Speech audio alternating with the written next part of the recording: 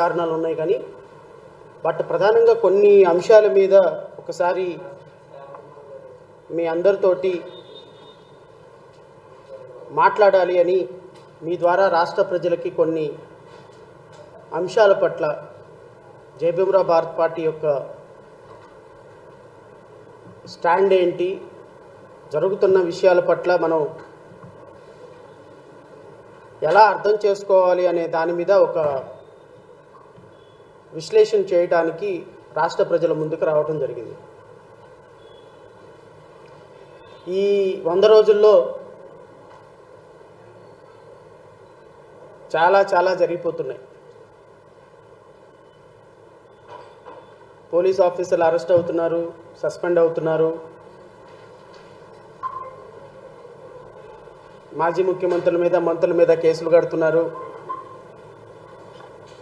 కొత్త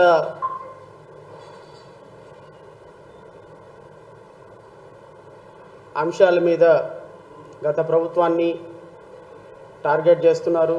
చాలా అంశాలు రాష్ట్ర ప్రజల దృష్టిలో ఉన్నాయి. వాటన్నిటి మీద చర్చించడం కాదు కానీ కొన్ని అంశాల పట్ల ఈ రాష్ట్ర ప్రజలకి, మన రాష్ట్ర ప్రజలకి ఒక క్లారిటీ ఇవ్వాల్సిన బాధ్యత అయితే నాకుంది. ఈ రాష్ట్రం 100 రోజులు కూటమి ప్రభుత్వం ఏర్పడి రమారమి 100 రోజులు అవుతుంది. ఈ రాష్ట్రానికి 15 సంవత్సరాలు ముఖ్యమంత్రిగా పనిచేసినటువంటి అనుభవం ఉన్నటువంటి అనుభవశాలి ఒక పక్క, ప్రధానమంత్రిని సైతం, కేంద్ర ప్రభుత్వాన్ని సైతం ఇన్ఫ్లుయెన్స్ చేయగలిగినటువంటి ఒక గొప్ప ఉదాత్త గుణం ఉన్నటువంటి హానరబుల్ డిప్యూటీ చీఫ్ మినిస్టర్ మరొక పక్క, ఈ ప్రపంచంలోనే గొప్ప పార్టీగా, అతిపెద్ద పార్టీగా అవతరించి రమారమి 18 నుంచి 20 రాష్ట్రాల్లో అధికారంలో ఉన్నటువంటి భారతీయ జనతా పార్టీ ఒక పక్క. ఈ మూడు పార్టీలు మన రాష్ట్రాన్ని పరిపాలిస్తున్నాయి. ఈ 100 రోజుల పరిపాలనలో మన రాష్ట్రం సాధించినటువంటి ప్రగతి ఏంటి అని, ఈ 100 రోజుల్లో మన రాష్ట్రం ఏం సాధించిందని ఒక్కసారి రివ్యూ చేసుకుందాం. అంటే ప్రతి ఒక్కరికి రివ్యూ చేసుకునే అవకాశం లేదు కాబట్టి కొంత నాకు తెలిసినటువంటి ఒక 4-5 అంశాల పట్ల రాష్ట్ర ప్రజలకు వివరించే ప్రయత్నం చేస్తా. నేను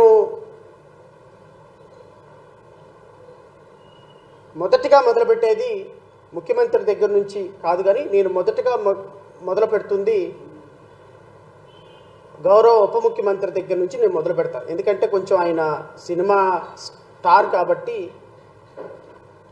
ఆయన మీద ఈ రాష్ట్రానికి చాలా హోప్స్ ఉన్నాయి. కాబట్టి రాష్ట్ర ప్రజలు ఒక ఎమ్మెల్యేగా గెలవని ఒక వ్యక్తిని ఉప ముఖ్యమంత్రిని చేసి రాష్ట్రం ఆయన మీద ఎంత నమ్మకం ఉందో, రాష్ట్రం 5.5 కోట్ల మంది ప్రజలు ఆయన దగ్గర నుంచి ఏం కోరుకుంటున్నారో, ఎంత గొప్ప నమ్మకం ఉందో అని చూపించడానికి వారిచ్చినటువంటి మెజారిటీ 21కి 21 సీట్లు గెలిచినటువంటి గౌరవ ఉప ముఖ్యమంత్రి గారి గురించి మాట్లాడిన తర్వాత నేను ముఖ్యమంత్రి గారి దగ్గరకు వచ్చి తద్వారా ప్రతిపక్ష నాయకులు మీద చేస్తున్నటువంటి విమర్శల మీద కూడా ఒక వివరణ ఇచ్చేటువంటి ప్రయత్నం చేస్తాయి. ఎందుకంటే ఇవన్నీ కూడా రాష్ట్ర ప్రజల తరపు నుంచి అడగాల్సిందే. ఇవేదో ఆమ్ బుష్ మా అయిపోయింది 164 సీట్లు వచ్చేసినాయి అంటే కుదరదు. రాష్ట్ర ప్రజలకి వాళ్ళు చెప్పిన ప్రతి మాట మీద సమాధానం చెప్పాల్సిందే. వాళ్ళు చేసిన ప్రతి ఎలిగేషన్ మీద సమాధానం చెప్పాల్సిందే. వాళ్ళు అధికారంలోకి ఏ మాటలు చెప్పైతే వచ్చారో, వాళ్ళు అధికారంలోకి ఏ అంశాల మీద ప్రజలకు హామీ ఇచ్చి వచ్చారో వాటి మీద నిలబడాల్సిన బాధ్యత, వాటిని సస్టైన్ చేసుకోవాల్సిన బాధ్యత, ఆ ఎలిగేషన్స్ని లేకపోతే అప్పుడు గత ప్రభుత్వం చేయలేక, గత ప్రభుత్వం అసహాయ స్థితిలో ఉండిపోయినవి మేము వస్తే ఎరగబడతాం, పగలబడతామని చెప్పినటువంటి అంశాల పట్ల వాళ్ళు ఖచ్చితంగా మాట్లాడాలి, వివరణ ఇవ్వాలి. అడిగే హక్కు అయితే మాకుంది. ఎందుకు అంటే మీరు పొలిటికల్ సిస్టంలో పబ్లిక్ డొమైన్లో మీరు ఎలిగేషన్స్ చేశారు కాబట్టి ఖచ్చితంగా నేను వాటి మీద ప్రజల తరపు నుంచి ప్రశ్నించే హక్కు మాకుంది యాజ్ ఎ పొలిటికల్ పార్టీగా. కాబట్టి దీన్ని వ్యక్తిగతంగా పవన్ కళ్యాణో లేకపోతే వ్యక్తిగతంగా చంద్రబాబు నాయుడు వ్యక్తిగతంగా జగన్మోహన్ రెడ్డో తీసుకోవాల్సిన అవసరం అయితే ఏం లేదు. బికాస్ ప్రజల తరపున ఒక రాజకీయ పార్టీ కొన్ని అష్యూరెన్సెస్ ఇచ్చినప్పుడు, కొన్ని ప్రామిసులు చేసినప్పుడు, అడ్మినిస్ట్రేషన్ బాగోకపోతే ప్రజాస్వామ్యంలో ప్రజల తరపున మాట్లాడటానికి కొన్ని చిన్న చిన్న రాజకీయ పార్టీలు ఉంటాయి. అందులో మాది ఒక రాజకీయ పార్టీ కాబట్టి మేము ఏ పార్టీకి అనుకూలమో ప్రతికూలమో కాదు. కాబట్టి ప్రజల తరపున ప్రశ్నించడానికి ఒక పార్టీ ఉందని ప్రజలు కనీసం భావించాలి. కాబట్టి ఈరోజు ఈ ప్రెస్ మీట్లో ఖచ్చితంగా వాస్తవాలు మాట్లాడటానికి, వాస్తవాలు ప్రజల ముందు పెట్టడానికి అయితే మీ ముందుకు వచ్చాను. మొదటగా నా స్పీచ్ గౌరవ ఉప ముఖ్యమంత్రి గారి దగ్గర నుంచి నేను చెప్పాను, మొదట్లో చెప్పాను, నేను ఎట్టి పరిస్థితుల్లో ఉప ముఖ్యమంత్రి గారిని వదిలే ప్రసక్తే లేదు. ఉప ముఖ్యమంత్రి గారు ఏదైతే ప్రామిస్ చేశారో, ఉప ముఖ్యమంత్రి గారు చేసినటువంటి ప్రామిస్లు లేకపోతే ఎలిగేషన్స్ తప్పనైనా ఒప్పుకోవాలి, క్షమాపణైనా అడగాలి జాతికి. ఈ వీర మహిళలును జన సైనికులు ఉన్నారు కదా, వీర మహిళలు జన సైనికులు, మా పవన్ కళ్యాణ్ సారు తోపు తురుంకాన్ అని చెప్పేటువంటి వీర సైనికులు, జన సైనికులు, వీర మహిళలకు దీనికి సమాధానం చెప్పాలి. నేను డిబేట్లో మాట్లాడటం లేదు కాబట్టి వీర మహిళలు జన సైనికులు అష్టానుసారం రెచ్చిపోతున్నారు. మేము మాట్లాడటం మొదలు పెడితే ఎలా ఉంటుందో, ఎలా ప్రజలకి అర్థమయ్యేటట్టు ప్రజల మస్తిష్కాల్లో ఏ విధంగా మీ అబద్ధాలని మేము ప్రజల ముందు పెట్టగలమో జస్ట్ వెయిట్ అండ్ సీ. ఇంకా ఏం మొదలు కాల, ఇంకా మా పోరాటం, మా ప్రజల తరఫున మేము మాట్లాడే తత్వం జస్ట్ ఇది ఒక శాంపిల్ మాత్రమే. ఎందుకంటే పాపం చిరంజీవి పుణ్యమా అని ఆయన ఒక సినిమా స్టార్ అయిపోయినాడు, ఆయన సినిమా స్టార్ పుణ్యమా అని గట్టిగా 28 సినిమాలు ఏమో తీసినట్టున్నాడు, అందులో 20 సినిమాలు ఫ్లాపే. ఈయన ఒక హీరో అయినాడు కాబట్టి పీపుల్ షుడ్ బిలీవ్. కన్సర్న్ ఉందా లేదా, అబద్ధాలు చెబుతున్నారా లేదా, మంచి చెప్తున్నారా లేదా అనే దాని మీద ఎవరికి అవగాహన ఉండదు. నేను జనసేన కార్యకర్తల్ని, జనసేన నాయకుల్ని ఖచ్చితంగా దీని మీద ప్రతి ఒక్కరు వివరణ ఇవ్వాలి. లేదా మీ నాయకుడు చెప్పిన అబద్ధాలు ప్రజల ముందు ఒప్పుకొని ముక్కుకు నేలకు రాసి, ఇదిగో మేము తప్పు మాట్లాడినాం, తప్పు మాట్లాడుతున్నాం, తప్పు మాట్లాడాడు మా పవన్ కళ్యాణ్, ఇది క్షమించమని మీరు డిబేట్లో, ఓపెన్ డిబేట్లో ప్రతి ఒక్క అధికార ప్రతినిధి ప్రజలకి క్షమాపణ చెప్పాలి. లేదా ఉప ముఖ్యమంత్రి దగ్గర నుంచి ఒక అధికారిక ప్రకటన ఇప్పించాలి. ఆ ప్రకటన ఇప్పించేంత వరకు జడా శ్రావణ్ కుమార్, జై భీమరా భారత్ పార్టీ వదలం. 2029లో అయినా సరే ఇదే ఎన్నికల ప్రచారాస్త్రం. ఎందుకు అంటే ఒక బాధ్యతాయుతమైనటువంటి పదవిలో ఉండి ఒక సాధారణమైనటువంటి కార్యకర్త కూడా ఆడని పచ్చి అబద్ధాలు ఆడుతున్న సందర్భంగా ఒక మత సాంప్రదాయాలకు సంబంధించినటువంటి ఒక పవిత్రమైన స్థలాన్ని ప్రపంచవ్యాప్తంగా కోట్లాది మంది అభిమానులు సాధించుకున్నటువంటి ఒక గొప్ప ప్రపంచానికి కలియుగ దైవంగా భావించబడుతున్న తిరుమల తిరుపతి వెంకటేశ్వరుని సన్నిధిలో తయారయ్యే లడ్డూని కూడా రాజకీయాలకు వాడుకొని సనాతన ధర్మం అని మాట్లాడేటువంటి ఒక హీరో స్క్రిప్టిక్ టైప్ ఆఫ్ పాలిటిక్స్ని రాష్ట్రంలో చేయాలి అనుకుంటే ఇది సినిమా కాదు నాయన, ఇది పాలిటిక్స్. మా కర్మో, ప్రజల కర్మో, ఈ రాష్ట్రం కర్మో, నీలాంటి వాడు ఉప ముఖ్యమంత్రి అయినాడు, ఏం చేయగలవు? We have to bear it because you are holding a constitutional post. నువ్వు ఇంటర్మీడియట్ చదివినా భరించాల్సిందే, నువ్వు అబద్ధాలు ఆడినా భరించాల్సిందే, నువ్వు రోజుకు ఒక మాట మాట్లాడినా భరించాల్సిందే, నువ్వు ఎన్ని పచ్చి అబద్ధాలు ఆడినా we should bear because you are holding a honourable deputy chief minister post కాబట్టి.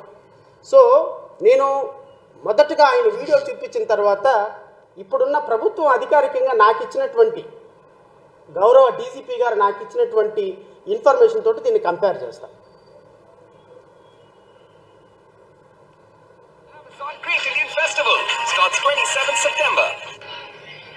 ఇన్ని రేపులు జరుగుతూ ఉన్నాయి మన సమాజంలో. 30,000 మంది అమ్మాయిలు మిస్సింగ్ అయిపోయారు ఆంధ్రప్రదేశ్ లో. నాకు ఎలా తెలిసింది? ఢిల్లీలో ఉండే నిఘా వర్గాలు నాకు చెప్పినాయి.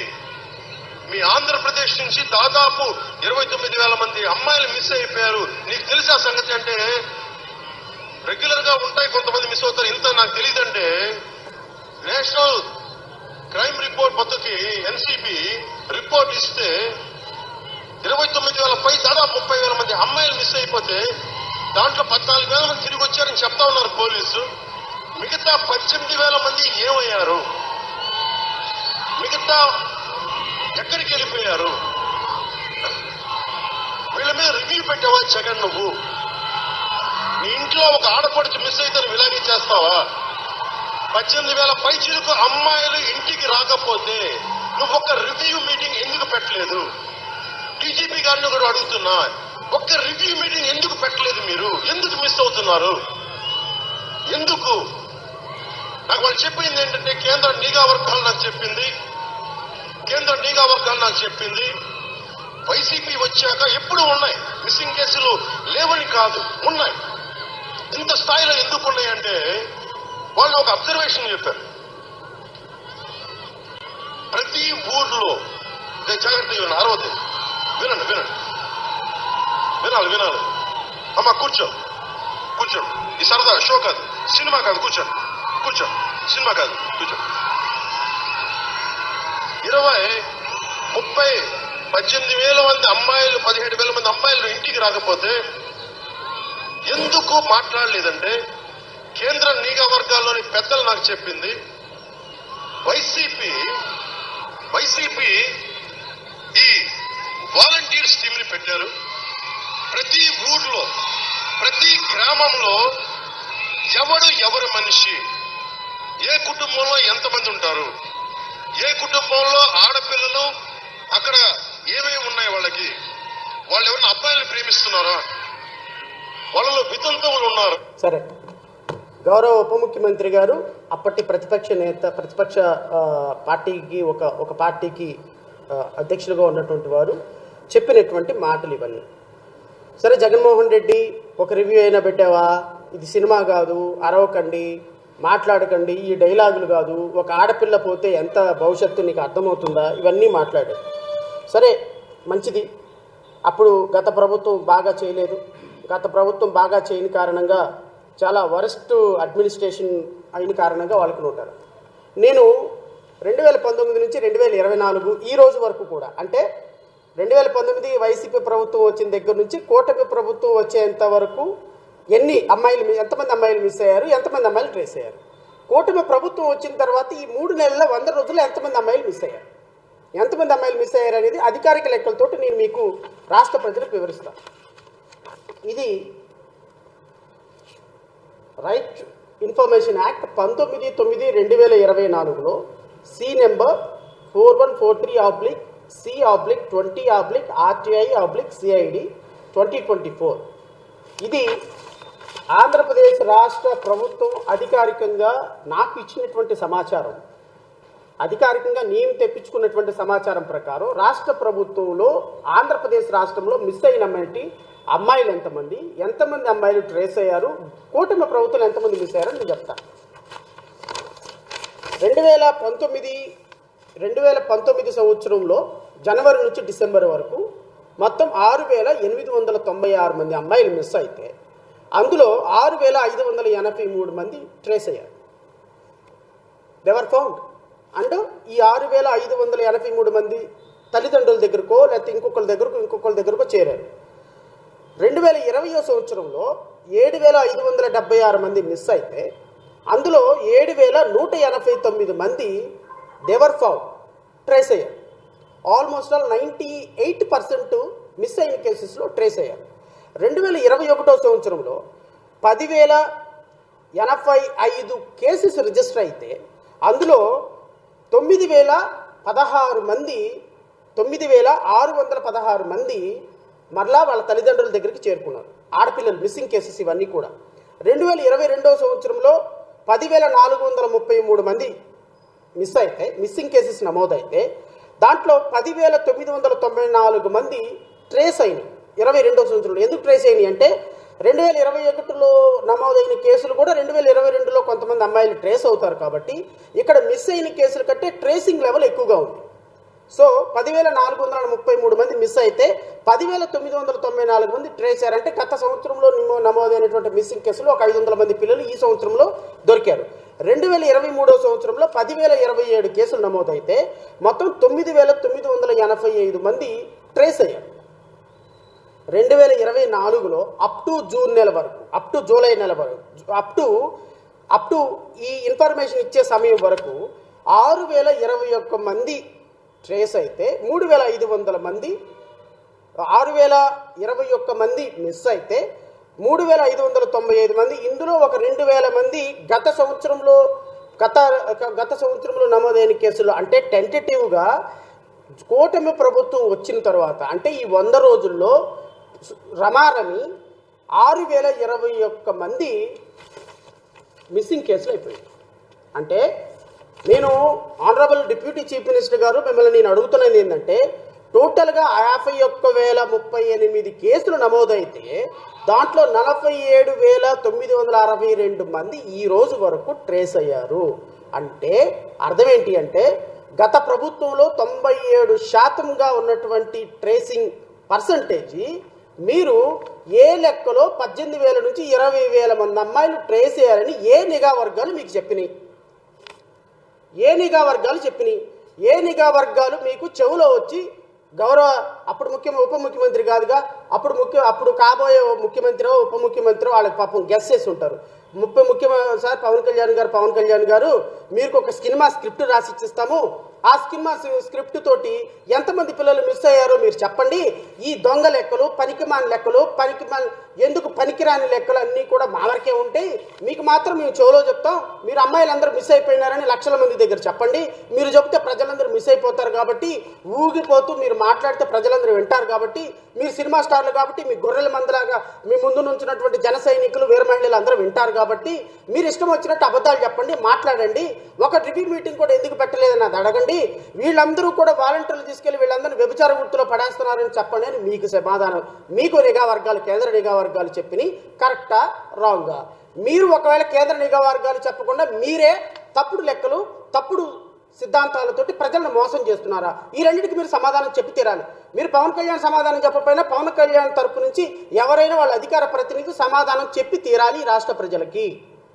మీరు మీ అధ్యక్షుడు చెప్పింది అబద్ధపు లెక్కలా, కేంద్ర ప్రభుత్వం చెప్పింది అబద్ధపు లెక్కలా, ఇప్పుడు మీరు మీ రాష్ట్ర డీజీపీ ఇచ్చినటువంటి లెక్కలు అబద్ధపు లెక్కలా? అండ్ ఇంకొక మాట అడుగుతున్నా, మీ ప్రభుత్వం వచ్చిన తర్వాత రమారమి ఇప్పటి వరకు మొత్తం 6,021 మిస్సింగ్ కేసులు నమోదైతే రమారమి మీరు కేసులో మీరు ప్రభుత్వం ఏర్పడే ఈ 100 రోజుల్లో 4,000 పైచులకు అమ్మాయిలు మిస్ అయితే మీరేం గడ్డి పీకుతున్నారా? ఇప్పుడు ఏ వాలంటీర్ వచ్చి మిస్ చేశాడు? ఇప్పుడు ఏ వాలంటీర్ వచ్చి వాళ్ళని వ్యభిచార వృత్తిలోకి దించేశాడు? ఈ 100 రోజుల్లో ఏ వాలంటీర్ పనిచేస్తున్నాడని, ఏ వాలంటీర్ చేత పని చేయించారని, ఏ వాలంటీర్ని మీరు విధుల్లో పెట్టారని 4,000 మంది అమ్మాయిలు వ్యభిచార వృత్తిలోకి వెళ్ళిపోయినారు? 4,000 మిస్సింగ్ కేసులు ఫైల్ అయినాయి. చెప్పండి సమాధానం. ఈ 100 రోజుల వ్యవధిలో మీ ప్రభుత్వం 4,000 మంది అమ్మాయిలు మిస్ అవుతుంటే మీ ముఖ్యమంత్రి గాడిదలు కాస్తున్నాడా? మీ నారా లోకేష్ గాడిదలు కాస్తున్నారా? నువ్వు గాడిదలు కాస్తున్నావా? మీ మంత్రివర్గం గడ్డి పీకుతుందా అని అడుగుతున్నాం. సమాధానం చెప్పండి దానికి. మీ ప్రభుత్వం అధికారికంగా ఇచ్చినటువంటి లెక్కల ప్రకారం 4,000 మంది 3 నెలల్లో మిస్ అయితే మీ రాష్ట్ర ప్రభుత్వం ఏం చేస్తుంది? మీ నిఘా వర్గాలు ఏం చేస్తున్నాయి? మీ డీజీపీ ఏం చేస్తున్నాడు? మీ ఐపీఎస్ ఆఫీసర్లు ఏం చేస్తున్నాడు? సమాధానం లేదు మీకు. ఎందుకంటే మీకు అల్జీమర్ వ్యాధి వచ్చేసింది ముఖ్యమంత్రి ఉప ముఖ్యమంత్రి అయిపోయిన తర్వాత. షార్ట్ టర్మ్ మెమరీ అనమాట. ఈ షార్ట్ టర్మ్ మెమరీలో ఇంకో గంటకు మాట్లాడింది అరగంటకు గుర్తుండదు, అరగంటకు మాట్లాడింది పావు గంటకు గుర్తుండదు. మీరు ఈ రాష్ట్ర ప్రజలకి ఈ విధమైనటువంటి అబద్ధాలు చెప్పి ఫాల్స్ అస్యూరెన్సెస్ ఇచ్చి ఊగిపోయి మాట్లాడి ఒకలాంటి సినిమాటిక్ మైకంలోకి ప్రజలను తీసుకొని వెళ్ళిపోయి కనీసం ఒక పరిజ్ఞానం లేకుండా, కనీసం అవగాహన లేకుండా అబద్ధాలు చెప్తున్నాము, అబద్ధాలు గుప్పిస్తున్నాము. ఆడపిల్లల బ్రతుకులతోటి, ఆడపిల్లల జీవితాలతోటి, ఆడపిల్లల మిస్సింగ్ల కేసులతోటి, మన ఇంట్లో ఉన్నటువంటి ఆడపిల్ల మిస్ అయితే పట్టుకోవటం లేదనేటువంటి అబద్ధాలతోటి ఒక ఎమ్మెల్యే అయి ఉప ముఖ్యమంత్రి అయినటువంటి నీకు ఒక్క క్షణం కూడా ఉప ముఖ్యమంత్రి పదవిలో కూర్చునే అర్హత లేదు. ఇమ్మీడియట్గా నువ్వు రిజైన్ చేయాలి అని జేబీఎంరావు భారత పార్టీ డిమాండ్ చేస్తుంది. నువ్వు రిజైన్ చేయాలి, లేదు అంటే ఈ అబద్ధపు మాటలు చెప్పినందుకు నువ్వు జాతికి క్షమాపణ చెప్పాలి. ఏమయ్యా నాకు అర్థం కాదు. జన సైనికులు, వీర మహిళలు మీరందరూ కూడా మా పవన్ కళ్యాణ్ అద్భుతము, తోపు, తురుంకు అని అంటారు. ఇలాంటి అబద్ధాలు చెప్పటమా? ఇలాంటి అబద్ధపు కార్యాల్లోనా? ఇలాగ జాతిని మోసం చేయటంలోనా? లడ్డూలో ఏం జరిగిందో తెలీదు, ఎవరు కల్తీ చేశారో తెలీదు, కల్తీ మీ హయాంలో జరిగిందని తెలీదు, ప్రాయశ్చిత్త దీక్ష చేస్తారంట. ఇవయ్యా నువ్వు దీక్షలు చేయడానికి ఎక్కావా ఉప ముఖ్యమంత్రిగా? ఇదే ఒక ముస్లింకి జరిగితే, ఒక క్రిస్టియన్కి జరిగితే అంటే వాట్ డస్ ఇట్ మీన్? నీకు క్రిస్టియన్లు ఓటే లేదా? నీకు ఎస్సీలు ఓటే లేదా? నీకు ముస్లింలు ఓటే లేదా? వేస్తారు. ఎందుకంటే గొర్రెలు కాబట్టి నీలాంటి వాడికి అందరికీ వేస్తారు ఓట్లు. వాళ్ళకి బాగా జరగాల్సిందే ఇది. నీలాంటి వ్యక్తికి ఓట్లేసినందుకు, నీలాంటి వ్యక్తిని ఉప ముఖ్యమంత్రిగా కూర్చోబెట్టినందుకు, మీ కూటమి ప్రభుత్వాన్ని గెలిపించినందుకు ఎస్సీలకి, ఎస్టీలకి, ముస్లిమ్స్కి ఇలా జరగాల్సిందే. వాళ్ళు సెకండ్ గ్రేడ్ పీపుల్గా, వాళ్ళు తీవ్రవాదులుగా ప్రజల దగ్గర పరిగణించబడాల్సిందే. వాళ్ళు హిందువులకు సంబంధించినటువంటి ధర్మాన్ని పాడు చేస్తున్నట్టుగా వాళ్ళని ఒక విలన్లుగా చిత్రీకరించేటువంటి నీలాంటి ఒక కాన్స్టిట్యూషనల్ పోస్టులో ఉన్నటువంటి వ్యక్తి మాట్లాడదగిన మాటలు అవి. ఏ మతమైనా, అది క్రిస్టియన్లకు జరిగినా, హిందువులకు జరిగినా, ముస్లిమ్స్కు జరిగినా, మేము ఒక సాధారణమైనటువంటి న్యాయవాదిగా ఆల్ ఆర్ బిఫోర్ ఈక్వల్లా, every religion should be respected అనే కాన్సెప్ట్తో మాట్లాడతాం. తిరుమల తిరుపతి దేవస్థానంలో ట్రస్ట్ బోర్డు మెంబర్లు అందరూ రాజకీయ నాయకులు వేశారు. ఆ బోర్డు ట్రస్ట్ బస్టు పట్టిపోతుందని హైకోర్టులో ప్రజా ప్రయోజనం ఆర్జీవేసి ఆ ట్రస్ట్ బోర్డు మెంబర్ని ఎక్కకుండా ఛాలెంజ్ చేసి వాటిని తీసుకున్నటువంటి జై భీమరావు భారత పార్టీ తరపు నుంచి మాట్లాడుతున్నా, అధ్యక్షుడిగా మాట్లాడుతున్నా. తిరుమల తిరుపతి దేవస్థానంలో ఒక లడ్డు వ్యవహారంలో తప్పు జరిగితే దాన్ని క్రిస్టియన్లకి, ముస్లిమ్స్కి ఎట్లా ఆపాదిస్తావు? జగన్మోహన్ రెడ్డి క్రిస్టియన్లకు జరిగితే మాట్లాడతావా, ముస్లింలకు జరిగితే మాట్లాడతావు అంటే వాట్ డస్ ఇట్ మీన్? అంటే జనసేన పార్టీ క్రిస్టియన్లకి, ముస్లిమ్స్కి వ్యతిరేకం. మీకు ఓట్లేసినటువంటి వీళ్ళందరూ కూడా గొర్రెలతో సమానం. ఈ విధంగా అబద్ధాలు చెప్పి, ఫాల్స్ ప్రామిసెస్ ఇచ్చి, ఎందుకు పనికిరాని భారతీయ జనతా పార్టీని తీసుకొచ్చి ఆంధ్రప్రదేశ్ రాష్ట్రంలో విషాలు చిమ్మించి ఈరోజు రాష్ట్ర ప్రజలందరూ దగ్గర ఉప ముఖ్యమంత్రిగా అయిపోయిన మీరు ప్రతి రిలీజియస్ అంశాన్ని, ప్రతి సెన్సిటివ్ అంశాన్ని కూడా ఈరోజు తీసుకొచ్చి మతం ముసుగులో చొప్పిస్తున్నారు అంటే హౌ షేమ్ఫుల్ ఇట్ ఈస్. నేనైతే ఉప ముఖ్యమంత్రి గారిని ఒకటే మాట అడుగుతున్నా, ఖచ్చితంగా మీరు ఈ జాతికి క్షమాపణ చెప్పి తీరాలి. మీరు చేసినటువంటి కామెంట్కి ఎస్సీలకి, ఎస్టీలకి, క్రిస్టియన్లకి, ముస్లిమ్స్కి, ఎవరైతే బలగైన వర్గాలు ఉన్నారో వాళ్ళందరికీ కూడా మీరు క్షమాపణ చెప్పి తీరాలి. దిస్ ఈజ్ అవర్ కంట్రీ అండి. హిందువులు వేరు, ముస్లిమ్స్ వేరు, క్రిస్టియన్లు వేరు కాదు. మీరు అట్లా వేరు చేసి మాట్లాడొద్దు. You are holding a constitutional post. ఒక డిప్యూటీ చీఫ్ మినిస్టర్ అంటే రాష్ట్రంలో ఉన్నటువంటి 5.5 కోట్ల మందికి మీరు డిప్యూటీ చీఫ్ మినిస్టర్. ముస్లిమ్స్కి వేరు, క్రిస్టియన్కి వేరు కాదు. మీరు ఒక సమస్య వస్తే వెళ్ళి తిరుపతి కనకదుర్గమ్మ తల్లి టెంపుల్ మెట్లు కడగొచ్చు, కాదనటంలా. మరి ఒక దళిత డాక్టర్ని మీ ఎమ్మెల్యే పచ్చిబూతులు తిడితే మీరు ఎందుకు స్పందించలేదు? ఇదిగో మీ హయాంలో ఇన్ని వందల మంది మారణహోమం జరిగితే నేను చదువుతా, లిస్ట్ కూడా చదువుతా. మీ హయాంలో ఎంతమంది దళిత బిడ్డలు చచ్చిపోయినారు, ఎంతమంది 100 రోజుల పాలనలో మీరు ఇచ్చినటువంటి హామీలు ఏంటి, మీరు చేయని హామీలు ఏంటి, ఎంతమంది చచ్చిపోయారో కూడా నేను ఖచ్చితంగా రాష్ట్ర ప్రజలకు చెప్తా. నేను ఇంకొక మాట కూడా చెప్తా. ఈ ఉప ముఖ్యమంత్రి గారి గురించి ఇంకొక మాట చెప్పిన తర్వాత నేను ముగిస్తా. ఎందుకంటే ఇది కూడా చాలా ఇంపార్టెంట్. తెలుగుదేశం పార్టీ వాళ్ళు ఏం చేసినా ఆయనకి చెయ్యాలి కదా, వాళ్ళు సరిగ్గా చేయలేదు పాలన కదా. మరి 2017లో ఇంటిలో ఒక సామాన్యుల ఇల్లు, ఒక చిన్నపాటి ఉద్యోగం చేసుకునే తండ్రి, ఇంట్లో పనిచేసుకునే ఒక ఇల్లాలు, ఒక 14 ఏళ్ల కూతురు ఒక రెసిడెన్షియల్ స్కూల్ కి పంపిస్తే కర్నూలులో రోజు తల్లిదండ్రులకు ఎలా ఉంటుంది, మా బిడ్డ స్కూల్ కి పోయింది తిరిగి ఇంటికి వస్తుంది, ఆ అమ్మాయి ఇంగ్లీష్ మాధ్యమంలో చదువుకుందా, తెలుగు మీడియం అనుకుందా కంటే కూడా ఇంటికి స్కూల్కి వెళ్ళిన బిడ్డ క్షేమంగా వస్తాను ప్రతి తండ్రి ఆశించే, దాంట్లో పెద్ద ఎక్కువ ఆశ కూడా లేదు, సహజం. అలాంటి బిడ్డ యాజమాన్యం ఫోన్ చేసి, అమ్మ మీ కూతుర్ని ఒకసారి వచ్చి తీసుకెళ్ళండి అమ్మా, బాగలేదు పడిపోయిందంట, కళ్ళు తిరిగి పడిపోయిందని చెప్తే అంటే వెళ్ళిందంట. ఆవిడ వెళ్తే అలాంటి ఫ్యాన్ కి ఉరేసుకొని అమ్మాయి అలా ఉంటే, ఉరి ఎలా వేసుకుంటామండి మనం? ఎవరన్నా ఉరేసుకుంటే ఎలా వేసుకుంటారు? కింద కాళ్ళు ఆంతయ్య. ఆ బిడ్డ 14 ఏళ్ళ బిడ్డని చూస్తే గర్భసంచి నిండా వీర్యం ఉండి ఆ తల్లి చెప్తుంటే నా కన్నీళ్ళు వచ్చేసిన, నాకు ఏమి చేయాలి నిస్సహాయత. సినిమాల్లో అయితే 100 డైలాగులు చెప్పగలవు, నిజ జీవితంలో చెప్పలేవు. నిస్సహాయతతో కన్నీళ్ళే వస్తాయి. నిజ జీవితంలో ఏమి చేయలేవు. సినిమాలో తొడలు కొట్టచ్చు, అరవచ్చు, కేకలు పెట్టచ్చు, మీసాలు తిప్పుకోవచ్చు. కానీ నిజ జీవితంలో నిస్సహాయతే, ఏడుపే, కన్నీళ్లే. మరి జగన్ రెడ్డి గారు నిజంగా చిత్తశుద్ధిగా ఉంటే ఆ ఆడబిడ్డను చంపేసిన వాళ్ళ కేసు ఎందుకు తీయరు ఆయన? ఎందుకు వాళ్ళు వెనకేసుకొస్తారు? వాళ్ళు పోలీసులు ఏం చేస్తున్నారు అక్కడ? పోలీసులకి బిడ్డలు ఉండరు, ఆడబిడ్డలు ఉండరా? పోలీసులకి, రాజకీయ నాయకులకి ఆడబిడ్డలు ఉండరా?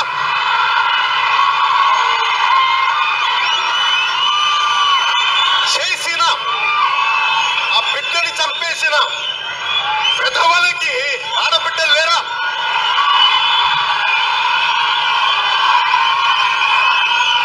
అడిగేవాడు ఎవరు లేడు. ఆవిడ ఒక సామాన్య గృహిణి, లాయర్లను కూడా పెట్టుకోకుండా కేసులు వాదించేస్తుంది. బిడ్డ చనిపోతే ఒక సామాన్యురాలు లాయర్ అయిపోయింది. అంత ఆవేదన. ఆవిడ అంటుంది ఏం తెలుసా? నా బిడ్డ ప్రాణాలు పోయినాయి అన్నా, కానీ వేరే ఆడబిడ్డల మానాలు కూడా పోతా ఉన్నాయి, ఎవరు చెప్పుకోవట్లేదు. వాళ్ళని రక్షించడానికి ఈ మాట మాట్లాడన్నా. ఎక్కడో కాదు మనకి, కర్నూలు కట్టమంచి రామలింగ. ఈ నీతి ప్రవచనాలు ఇంకా వెళ్ళలేవులే కానీ రాష్ట్ర ప్రజలకి నేను గౌరవ ఉప ముఖ్యమంత్రి గారిని అడుగుతున్నా. 2017లోనో 2018లోనో సుగాలి ప్రీతి అనేటువంటి ఒక పాప కేసుని మీరు తీసుకొని దాని మీద రాష్ట్రం నలుమూలల నుంచి నరాలు తెగిపోయేటట్టుగా, మైకులు పగిలిపోయేటట్టుగా మీ వీర మహిళలు, జన సైనికులు మాట్లాడినారు. మీరు కూడా మాట్లాడారు. పాపం ఆ తల్లి బిడ్డ చనిపోయిన ఆ కేసు మొదటగా నేనే వాదించాను, తర్వాత కూడా నేనే వాదించాను. తర్వాత మేమేదో నిందితులతో కుమ్మక్క అయిపోయినామని పాపం ఆవిడకి ఎవరో రాంగ్ ఇన్ఫర్మేషన్ ఇచ్చిన కారణంగా వాళ్ళకి నాకు కొంచెం గ్యాప్ వచ్చిన కారణంగా వాళ్ళ కేసు నేను కూడా వదిలేశారు. వాళ్ళ పని వాళ్ళు ఏదో చూసుకుంటున్నారు. దాన్ని గౌరవ ఉప ముఖ్యమంత్రి గారు టేకప్ చేసి గొంతు చించుకొని రంకెలు పెట్టి కర్నూలు వెళ్ళి పెద్ద పెద్ద మీటింగులు పెట్టి పెద్ద పెద్ద హడావుడి చేసి ఆ అమ్మాయికి నేను ప్రాణం ఇస్తాను, వాళ్ళని ఉరిశిక్ష వేస్తాను, కట్టమంచి రామలింగారెడ్డి కరస్పాండెంట్ని స్కూల్ వాళ్ళని చంపేస్తాను, పోలీసులు ఏం పీకుతున్నారు, జగన్ రెడ్డి ఏం పీకుతున్నాడు, నువ్వేం పీకుతున్నావా? ఇప్పుడు నువ్వు గడ్డి పీకుతున్నావా? నువ్వేం పీకుతున్నావు ఇప్పుడు ఉప ముఖ్యమంత్రిగా? పిలువు, కట్టమంచి రామలింగారెడ్డిలో కాలేజీలో యాజమాన్యాలు నిందితులుగా ఉన్నటువంటి నిందితులకి ఉరిశిక్ష చేయించు. ఇమ్మీడియట్గా వాళ్ళని స్పెషల్ ట్రిబ్యునల్ కాన్స్టిట్యూట్ చేయి, సిబిఐ ఎంక్వైరీ.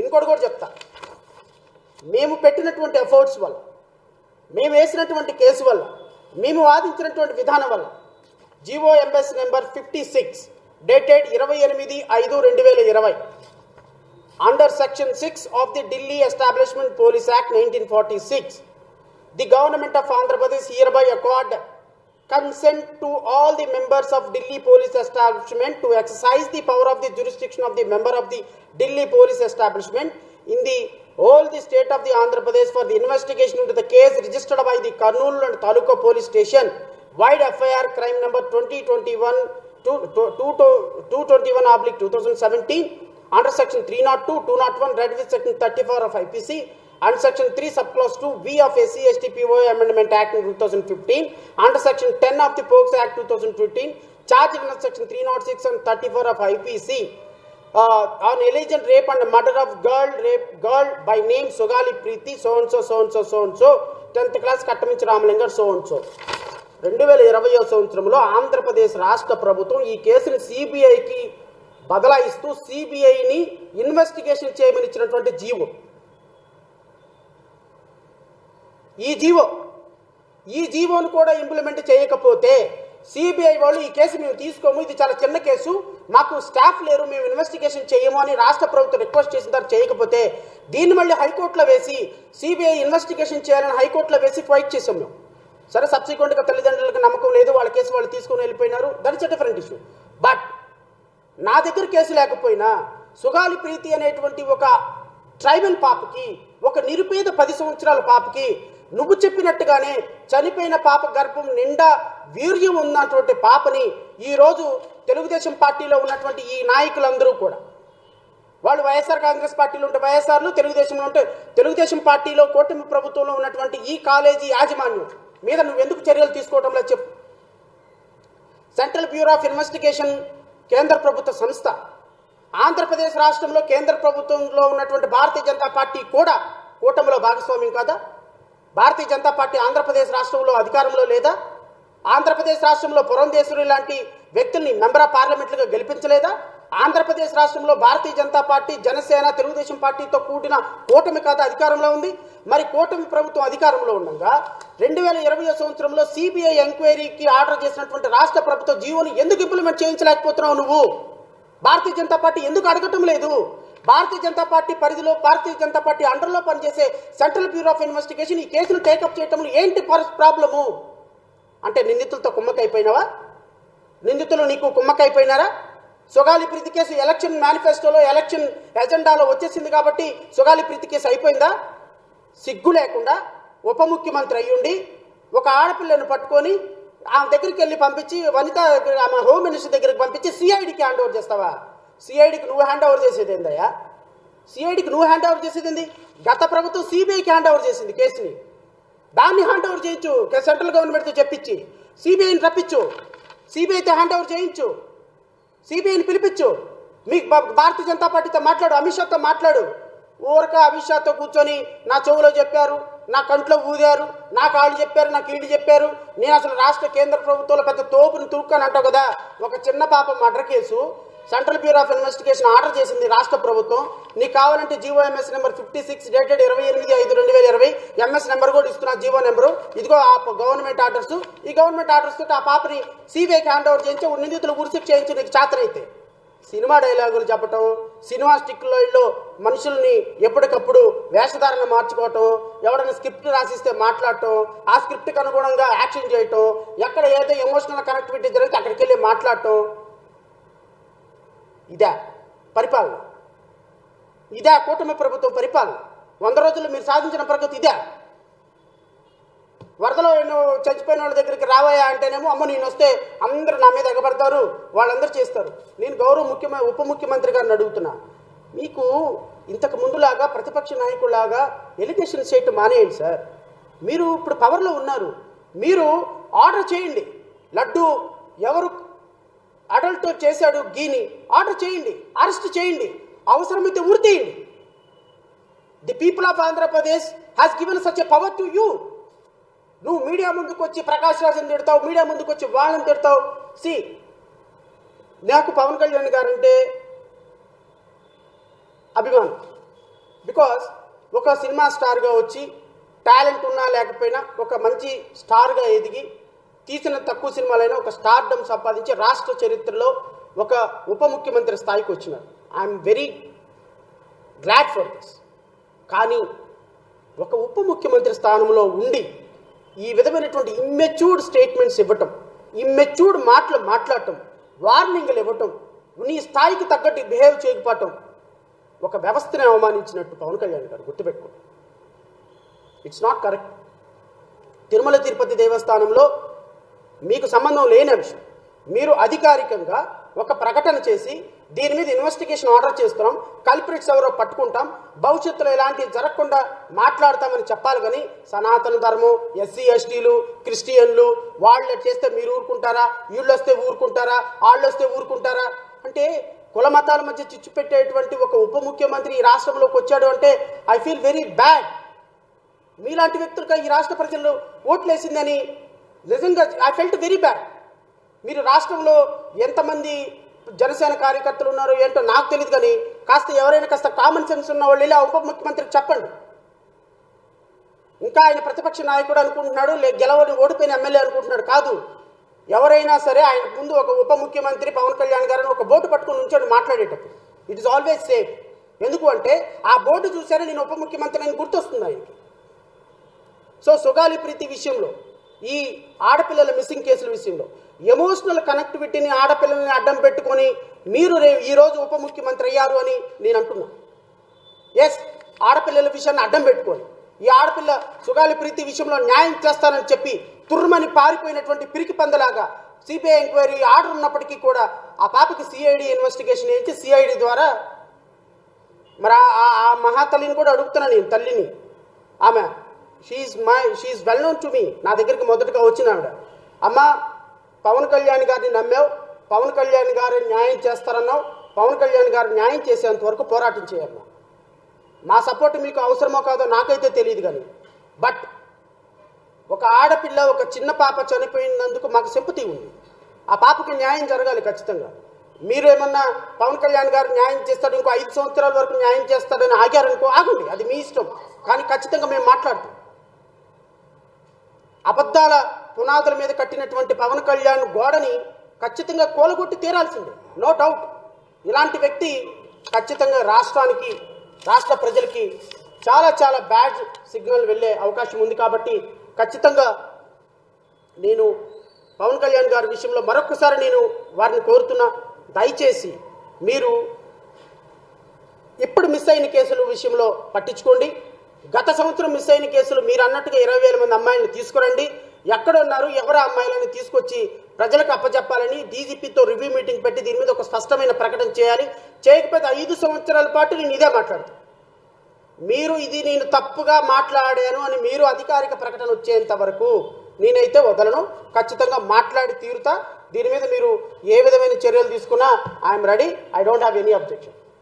ఇక ఈ కూటమి ప్రభుత్వం ఏర్పడిన తర్వాత 100 రోజుల సమయంలో ఈ కూటమి ప్రభుత్వం చేసినటువంటి ఘనకార్యాలు ఏంటి నేను అడుగుతున్న గౌరవ ముఖ్యమంత్రి గారిని. ఈ మధ్యకాలంలో చాలామంది వాడెవడో ఒకటి చెప్తాడు, వాడి ఏంటో నాకే అర్థం కాదు, అధికార ప్రతినిధి అర్థం కాదు, ఇంకో ప్రతినిధి అర్థం కాదు. ఎస్సీ ఎస్టీల మీద దాడులు జరుగుతున్నాయి చంద్రబాబు నాయుడు గారు అంటారంటే ఏకంగా మేనిఫెస్టోలో పెట్టాడంట ఆయన. ఏమని? చట్టపరంగా ఎస్సీ ఎస్టీల మీద జరిగిన దాడుల్ని శిక్షిస్తామని. చట్టపరంగా శిక్షించేది ఏంది? దానికి నారా లోకేష్, చంద్రబాబు నాయుడు గారు ఎలక్షన్ ప్రామిస్గా ఎస్సీ ఎస్టీల మీద జరిగిన దాడుల్లో ఇంక్లూడింగ్ అనంతబాబు విషయంలో కూడా స్పెషల్ ట్రిబ్యునల్ కాన్స్టిట్యూట్ చేస్తామని అష్యూరెన్స్ ఇచ్చారు. ఆ స్పెషల్ ట్రిబ్యునల్ ఎప్పుడు కాన్స్టిట్యూట్ చేస్తున్నారు? 100 రోజుల పరిపాలన అయింది, దీనికి సమాధానం చెప్పి తీరాలి. నెంబర్ 2, 26 పథకాలు రద్దు చేసిన పథకాలను ఇమ్మీడియట్గా రిస్టోర్ చేస్తామని అన్నారు. ఇమ్మీడియట్గా రిస్టోర్ చేసి తీరాలి. 100 సంవత్సరాల పరిపాలన అయిపోయింది, 100 రోజుల పరిపాలన అయిపోయింది, ఎవరు ఏం మాట్లాడటంలా, ఎవ్వరూ కూడా కిక్కురు మనటంలా. వాళ్ళకి సంబంధించిన మద్య వ్యాపారాలు చేసుకుంటున్నారు, వాళ్ళకి సంబంధించిన వాళ్ళకి కాంట్రాక్ట్లు ఇచ్చుకుంటున్నారు, వాళ్ళకి సంబంధించిన వాళ్ళకి నామినేట్ పదవులు ఇచ్చుకొని డబ్బులు తీసుకుంటున్నారు. బిహైండ్ బ్యాక్ అమరావతి రాజధాని డబ్బులు 1000 కోట్లు మొత్తం వ్యవహారం చేసుకుంటున్నారు. ఎవరికి వాడు నారాయణ సర్దుకుంటున్నాడు, ఇంకొకటి సర్దుకుంటున్నారు. ఎవరికి వాళ్ళు డబ్బులు దండుకోవాల్సిన తోట దండుకుంటున్నారు, చేసుకోవాల్సిన చోట చేసుకుంటున్నారు, కంపెనీలు ఇచ్చుకుంటున్నారు. మీ పరిపాలన అయితే మీరు చేసుకుంటున్నారు. కానీ మీరు ప్రజలకు ఇచ్చినటువంటి సూపర్ సిక్స్ అమలు ఎప్పటి నుంచి చేస్తారు? ఎప్పటి నుంచి గ్యాస్ సిలిండర్లు ఇస్తారు? మీరేదో పలానా డేట్ చెప్పారు, ఆ డేట్కి గ్యాస్ సిలిండర్లు ఇవ్వకపోతే మాత్రం ఖచ్చితంగా రోడ్డు ఎక్కడం ఖాయం. మీరు ఎప్పటి నుంచి ఆర్టీసీలో ఉచిత ప్రయాణాన్ని అమలు పరుస్తారు? ఎప్పటి నుంచి ప్రతి ఇంటికి 1,500 రూపాయలు ఆడపిల్లకి ఇస్తారు? ఎప్పటి నుంచి మీరు అమ్మఒడో లేకపోతే మీరు చెప్పినటువంటి కార్యక్రమం చేస్తారు? ఎప్పటి నుంచి మీరు ఈ రాష్ట్రంలో ప్రజలకు ఇచ్చినటువంటి కార్యక్రమాలు సూపర్ సిక్స్ అమలు చేస్తారు? ఖచ్చితంగా చెప్పి తీరాలి. చెప్పకపోతే మాత్రం గుర్తుపెట్టుకోండి ముఖ్యమంత్రి గారు, 2029 మీ పార్టీకి చివరి ఎన్నికలు కాబోతాయి. మీరు మాట ఇచ్చిన కారణంగా వాలంటీర్లకు మాట ఇచ్చారు. వాలంటీర్ల తరఫున ఖచ్చితంగా పోరాటం చేస్తాం. మీరు వాలంటీర్లకు మాట ఇచ్చినప్పుడు వాలంటీర్ల కోసం నిలబడాలి.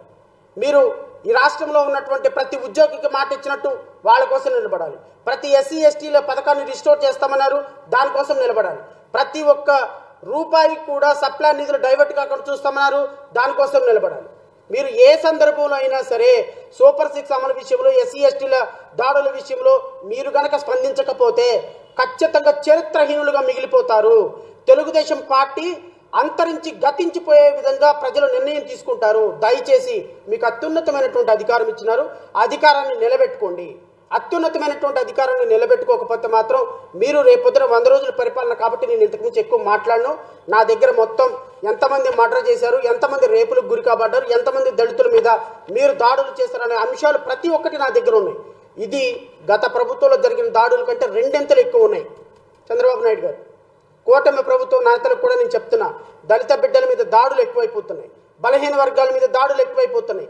ఒక్క ప్రామిస్ కూడా ఫుల్ఫిల్ చేయకుండా మీ ఇష్టం వచ్చినట్టు ఎవరిని పడితే వాడిని మాట్లాడి మీరు రాష్ట్రంలో అరాచక పరిపాలన చేస్తున్నారు. జనసేనతో కలిసి మీరు చేస్తున్నటువంటి అరాచక పరిపాలన ఖచ్చితంగా రోడ్డు మీదకి వస్తాం. వచ్చే అవకాశం ఉంది. ఏ రోజు రోడ్డు మీదకి వస్తామో ఆ రోజున మా పోరాటం మొదలైన రోజున బ్రహ్మాది దేవులు కూడా మా పోరాటాన్ని ఆపలేరు. శంకరగిరి మాన్యాలు పట్టించి మీ కూటమి ప్రభుత్వాన్ని బంగాళాఖాతంలో కలిపేంత వరకు మా పోరాటం కొనసాగుతూనే ఉంది. ఇంతకు మించి 100 రోజుల పరిపాలన గురించి నేను మాట్లాడను. దయచేసి మీ పరిపాలన విషయంలో మీరు ఒకసారి సర్దిద్దుకోండి. ఎక్కడైనా సరే మేము తప్పులు జరిగితే ప్రశ్నించడం కాదు, మీరు ఇచ్చినటువంటి ప్రామిసెస్ కూడా ఖచ్చితంగా ప్రామిసెస్కి నిలబడాలని అయితే నేను మనస్ఫూర్తిగా కోరుకుంటూ ఇంకొక చివరి అంశంగా తిరుమల తిరుపతి దేవస్థానం గురించి మాట్లాడాను. మిత్రులారా, నేను తిరుమల తిరుపతి దేవస్థానాన్ని ఒక పవిత్రమైనటువంటి స్థలంగా చూస్తున్నాను. రాజకీయాలకి తావులేని స్థలం. దురదృష్టం ఏంటి అంటే ప్రతి రాజకీయ పార్టీ కూడా తిరుమల తిరుపతి దేవస్థానాన్ని ఒక రాజకీయ పునరావాస కేంద్రాలకు వాడుకుంటున్నారు. తిరుమల తిరుపతి దేవస్థానంలో ట్రస్ట్ బోర్డు మెంబర్లు అందరూ కూడా రాజకీయ నాయకులు. తిరుమల తిరుపతి దేవస్థానంలో ట్రస్ట్ బోర్డు చైర్మన్ ఒక రాజకీయ నాయకుడు. అంటే నీకు ఎమ్మెల్యే టికెట్ ఇవ్వలేదా, తిరుమల తిరుపతి దేవస్థానంలో ట్రస్ట్ బోర్డు మెంబర్ ఇస్తాను. నీకు ఎంపీ టికెట్ ఇవ్వలేదా, తిరుమల తిరుపతి దేవస్థానం ట్రస్ట్ బోర్డు ఇస్తాను. నీకు మంత్రి పదవి ఇవ్వలేదా, చైర్మన్ పదవి ఇస్తాను. నీకు నువ్వు నాకు ఎలక్షన్లో సహకారం చేసి నా కోసం మీడియా మొత్తాన్ని ఏకం చేసావా, నీకు తిరుమల తిరుపతి దేవస్థానం చైర్మన్ ఇస్తా. నువ్వు బాగా యాంకరింగ్ చేసావా, నా సపోర్ట్ చేసావా, నీకు తిరుమల తిరుపతి దేవస్థానం టీటీడీ మెంబర్షిప్ ఇచ్చా. BJP party, Bharatiya Janata party ఒక 500 కోట్లు తీసుకుందా, టీడీపీ పార్టీ టీటీడీలో బోర్డు చైర్మన్ ఇప్పిస్తా. వాడు ఏ రాష్ట్రంలోడైనా కానీ, ఎన్ని క్రిమినల్ కేసులన్నా ఉండని, ఎంత వర్స్ట్ బ్యాక్గ్రౌండ్ అన్నా ఉండని, రాజకీయ పునరావాస కేంద్రాలకి అడ్డుగా మారిన తిరుమల తిరుపతి దేవస్థానం అనటానికి నా దగ్గర ఇదిగో ఇంత ఎవిడెన్స్ ఉంది. ఇంత ఎవిడెన్స్ ఉంది. ఆ పార్టీ ఈ పార్టీ కాదు.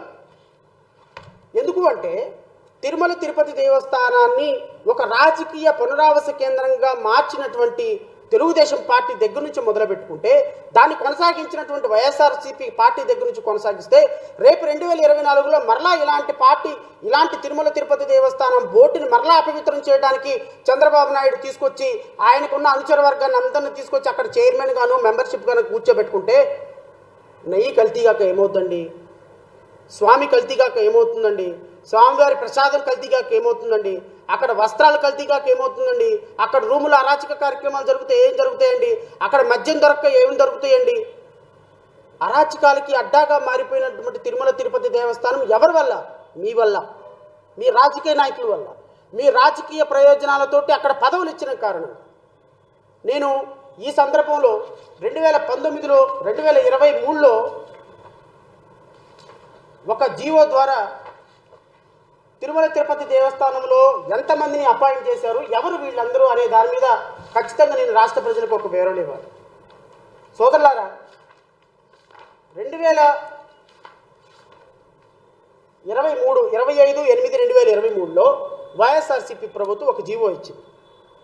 ఎవరిని 28 మందిలో 24 వ్యక్తుల్ని మెంబర్లుగా ప్రకటిస్తూ దానికి ఒక ఎక్స్ అఫిషియో మెంబర్స్గా special secretary, revenue, commissioner, endowment ఉంటారు. అది వదిలేసేది. సోదరులారా, ఒక Ponnada Venkata Satish MLA is a trust board member. ఒక ఎమ్మెల్యేకి ట్రస్ట్ బోర్డు మెంబర్ ఇవ్వాల్సిన అవసరం ఏంటండి? ట్రస్ట్ బోర్డు మెంబర్ అంటే అర్థం ఏంటండి? సెక్షన్ 19 ప్రకారం ఎవరండి? ఒక అత్యున్నతమైనటువంటి విలువలు ఉండి, నేను ఇంకొకటి కూడా చెప్తా. గౌరవ మాజీ ముఖ్యమంత్రి జగన్మోహన్ రెడ్డి గారు మోడీకి ఒక లెటర్ రాశారు లడ్డు వ్యవహారం.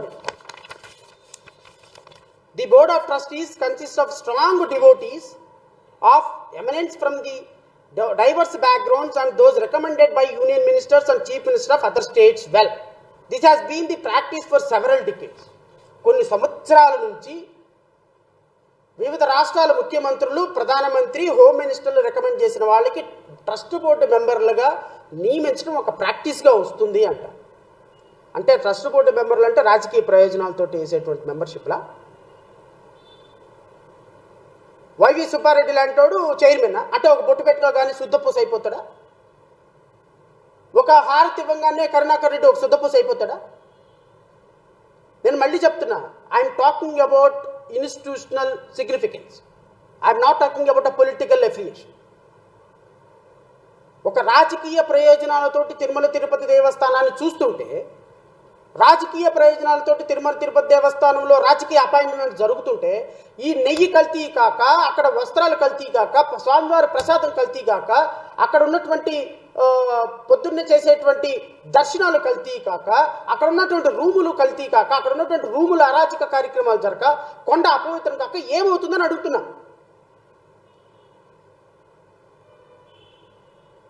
ముఖ్యమంత్రి రికమెండ్ చేశాడని ఒకడు 100 కోట్లు తీసుకొని 200 కోట్లు తీసుకొని బోర్డు మెంబర్షిప్ పెట్టాడు.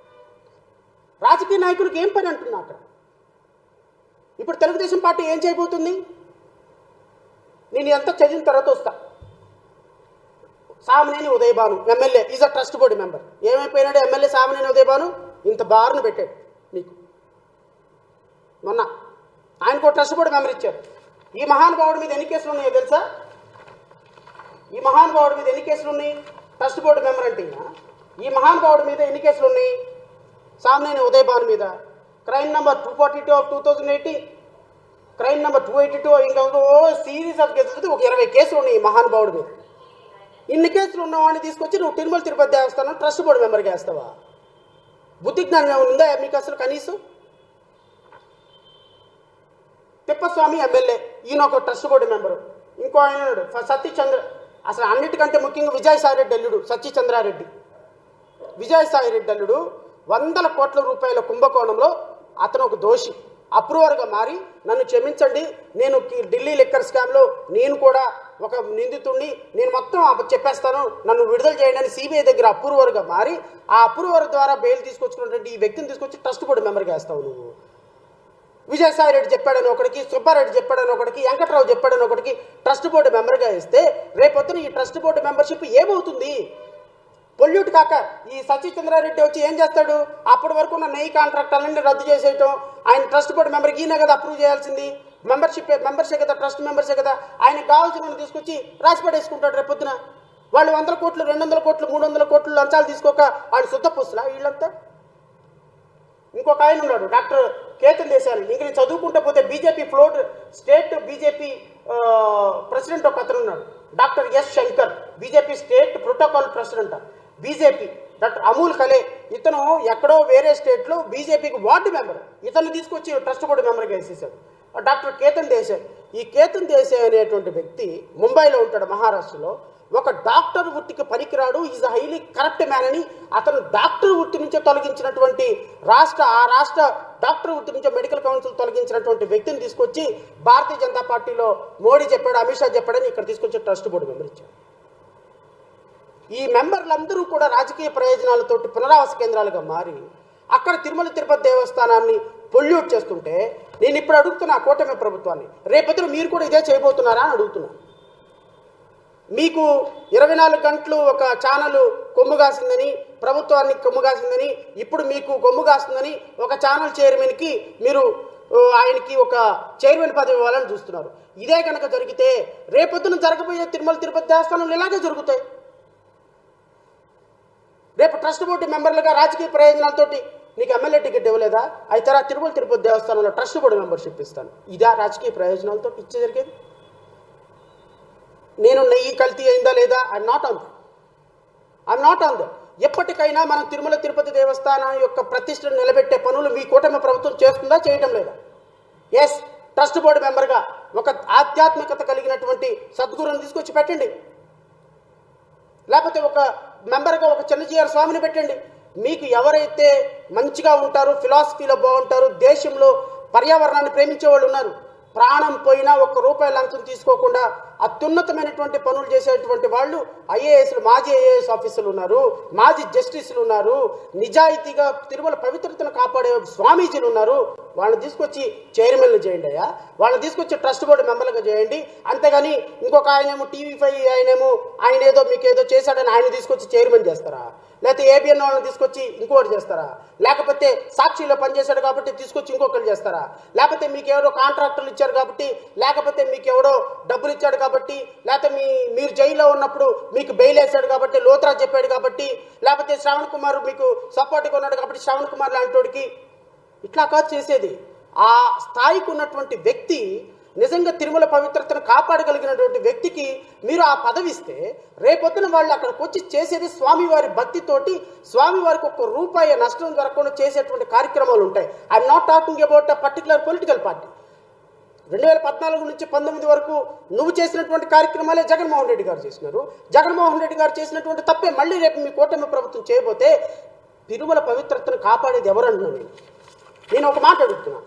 మీరు ఇప్పుడు ఎవరైతే అనుకుంటున్నారో ఒక సో కాల్డ్ మీ ఫ్రెండ్ని తీసుకొచ్చి తిరుమల తిరుపతి దేవస్థానంలో ఆయన చైర్మన్గా చేయాలనుకుంటున్నారో, ఆయన వచ్చిన తర్వాత రేపొద్దున ఎస్జిమో మూమెంట్ 2029లో మళ్ళీ జగన్మోహన్ రెడ్డి గారు వచ్చారు. జగన్మోహన్ రెడ్డి గారికి కోపం ఉంటుందిగా మనసులో, అరే నేను ఏమీ తప్పు చేయకపోయినా లడ్డూలో కల్తీనే గెలిపారని నన్ను ఇంత బదనాం చేశారే అని రేపొద్దున ఆయన మీరు ఏం చేశారనుకున్నారో రేపొద్దున అదే చైర్మన్ అడ్డం పెట్టి ఈయన కూడా అదే చేస్తాడు. అల్టిమేట్గా పోయేది ఎవరండి? భక్తులు. దెబ్బతినేది ఎవరండి? భక్తుల మనోభావాలు. ఇబ్బంది కలుగుతుంది ఎవరికండి? తిరుమల తిరుపతి వెంకటేశ్వరుడికి. మీరు బాగానే ఉన్నారు, ఆయన బాగానే ఉన్నారు, ట్రస్ట్ బోర్డు మెంబర్లు బాగానే ఉన్నారు, కోట్లు సంపాదించుకుంటున్నారు. ఆయన ఒక ఆయన వచ్చాడు, తిరుమల తిరుపతి దేవస్థానం ట్రస్టు మాజీ చైర్మన్ కరుణాకర్ రెడ్డి. ఆయనకి చైర్మన్షిప్ అంటే ఆయన మినిస్టర్ అడిగాడు కాబట్టి ఆయనకి తీసుకొచ్చి చైర్మన్ పదవి ఇస్తారు. ఇప్పుడు ఇంకొక ఆయన ఎమ్మెల్సీ ఇవ్వలేదు, ఆయనకి ట్రస్ట్ బోర్డు మెంబర్ ఇస్తారని ఇష్యూరెన్స్. అంటే నేను రాష్ట్ర ప్రజల తరపు నుంచి కోరుతున్నా, తిరుమల తిరుపతి దేవస్థానంలో రాజకీయ నాయకులకు ప్రవేశం ఉండకూడదు. అది పొలిటికల్ అన్ఎంప్లాయీస్కి పారాడాక్స్ కాదు. తిరుమల తిరుపతి దేవస్థానం కానీ, చర్చి కానీ, మసీద్ కానీ ఒక పవిత్రమైన స్థలాలు. ఈ పవిత్రమైన స్థలాల్లో రాజకీయాలకి పరిచయం లేనటువంటి వ్యక్తులు, ఆ ప్రాముఖ్యతను నిలబెట్టగలిగినటువంటి వ్యక్తులు జీవితంలో సనాతన ధర్మమో లేకపోతే ఇంకొక ధర్మమో లేకపోతే దేవుని మహిమతోనో లేకపోతే ఒక ముల్లానో ఆ సంస్కృతిని నిలబెట్టగలిగేటువంటి వ్యక్తులకి అపాయింట్మెంట్లు ఇవ్వటం అనేది పవిత్రతను కాపాడే దాంట్లో మొదటి ప్రయత్నం. దయచేసి నేను కూటమి ప్రభుత్వాన్ని కోరుతున్నా, పొలిటికల్గా రాజకీయమైనటువంటి అపాయింట్మెంట్లు చేశారు అంటే తిరుమల తిరుపతి దేవస్థానాన్ని మరలా మీరు పొల్యూట్ చేయడానికి, మరలా రాజకీయాలకు వాడటానికి, మరలా తిరుమల తిరుపతి దేవస్థానాన్ని ట్రస్ట్ పట్టించడానికి మీరు అడుగు వేస్తున్నారని నేనైతే భావిస్తాను. నేనే కాదు, రాష్ట్రంలో ఉన్నటువంటి, దేశంలో ఉన్నటువంటి, ప్రపంచంలో ఉన్నటువంటి ప్రతి తిరుమలేశుడి భక్తుడు, తిరుమల తిరుపతిని ప్రేమించే ప్రతి భక్తుడు మనోభావాలు మీరు రాజకీయ నాయకులకు అక్కడ ప్రవేశం కల్పించిన దగ్గర నుంచి ప్రతి ఒక్క భక్తుల మనోభావాలు దెబ్బతింటాయి. నేను లడ్డు వ్యవహారంలో కానీ ఇంకో వ్యవహారంలో కానీ చెప్తున్నా, దయచేసి తిరుమల తిరుపతి దేవస్థానంలో ట్రస్ట్ బోర్డు మెంబర్లుగా కానీ, చైర్మన్లు కానీ రాజకీయాలకి అతీతంగా ఉన్నటువంటి వ్యక్తి, మీడియాలకు అతీతంగా ఉన్నటువంటి వ్యక్తి, పర్సనల్ ఇంట్రెస్ట్లకు అతీతంగా ఉన్నటువంటి వ్యక్తుల్ని అపాయింట్ చేయండి. ట్రస్ట్ బోర్డు మెంబర్లుగా అత్యున్నతమైన స్థాయిలో ఉన్నటువంటి సిగ్నిఫికెన్స్ ఉండి ప్రాముఖ్యత నిలబడే వాళ్ళని అపాయింట్ చేయండి. పవన్ కళ్యాణ్ వాళ్ళ నాన్న నాగబాబు గంట, ఆయనకంట ఒక ట్రస్ట్ బోర్డు, ఆయన కూడా రేస్లో ఉన్నాడంట. సాయంత్రానికి వేస్తే మందుబాటులో ఓపెన్ చేసి పెగ్గేసే వాళ్ళందరూ రేసులో పెట్టండి. శరత్ చంద్రారెడ్డి 100 కోట్ల రూపాయలు లిక్కర్ వ్యాపారంలో ఉన్నవాడిని తీసుకొచ్చి మెంబర్గా పెట్టంగా లేనిది వాళ్ళని పెట్టడం తప్ప. ఏ రాజకీయ పార్టీని ఎలా ఇబ్బంది పెట్టాలి, ఏ రాజకీయ పార్టీని మ్యానిపులేట్ ఎలా చేయాలి, ఏ రాజకీయ పార్టీ నాయకుడు తప్పు చేయకపోయినా వాడిని ఫోకస్ చేయాలని ఆలోచించే మీడియా అధిపతులందరికీ తీసుకొచ్చి తిరుమల తిరుపతి దేవస్థానం నుండి అక్కడే రాజకీయాలు మొదలు పెడతారు వాళ్ళు. ఎవరెవరికి నెయ్యి కాంట్రాక్ట్లు ఇవ్వాలి, ఎవరెవరికి వాటర్ కాంట్రాక్ట్ ఇవ్వాలి, ఎవరెవరికి సెక్యూరిటీ కాంట్రాక్ట్లు ఇవ్వాలి, ఎవరెవరికి అవుట్ సోర్సింగ్ కాంట్రాక్ట్లు ఇవ్వాలి, మొత్తాన్ని మ్యాచ్ పడేసి వాళ్ళందరినీ తీసుకొచ్చి పెట్టుకుంటారు.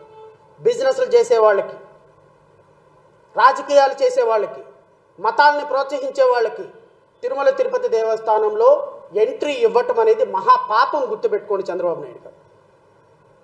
అదే అలిపిరిలో జరిగినటువంటి ఒక ప్రమాదంలో మీరు ఆ వెంకటేశ్వరుడి దయ వల్ల మీరు మీ ప్రాణాన్ని దక్కించుకున్నారు. దయచేసి ఆ సన్నిధిలో రేపొద్దున చేయబోయే అపాయింట్మెంట్లో మనసా వాచ కర్ణ ఎక్కడ కూడా ప్రలోభాలకు లొంగకుండా, ఎవ్వరికి లొంగకుండా మీరు పవన్ కళ్యాణ్ సపోర్ట్ చేయడం వల్ల నేను ముఖ్యమంత్రి అయితే ఇవ్వండి, బీజేపీ సపోర్ట్ చేయడం వల్ల నేను ముఖ్యమంత్రిని అయితే అవ్వండి, అది వేరే చూసుకోండి. మీరు నెత్తినెక్కించుకోండి, మీరు తాగండి, తలకపోసుకోండి, మీరు ఏదో చేసుకోండి, రాష్ట్ర ప్రజలకు అవసరంలా. కానీ తిరుమల తిరుపతి దేవస్థానంలో మాత్రం దయచేసి రాజకీయ ప్రయోజనాలతోటి కనుక మీరు అపాయింట్మెంట్లు ఇస్తే ఖచ్చితంగా మేమైతే హైకోర్టులో ఛాలెంజ్ చేయడం జరుగుతుంది. ఈరోజు జరిగినటువంటి అనర్థాల వల్ల, ఈరోజు జరిగినటువంటి భక్తుల మనోభావాలు ఇబ్బంది పట్టడం వల్ల కొన్ని కోట్ల మంది భక్తులు ఈరోజు తిరుపతిలో తిన్న ప్రసాదాన్ని ఇబ్బందిగా ఫీల్ అవుతున్నారు. దానికి కారణం మీరే. ఎందుకు అంటే కేసులు పెట్టకుండా, అరెస్టులు చేయకుండా కేవలం రాజకీయ ప్రయోజనాలు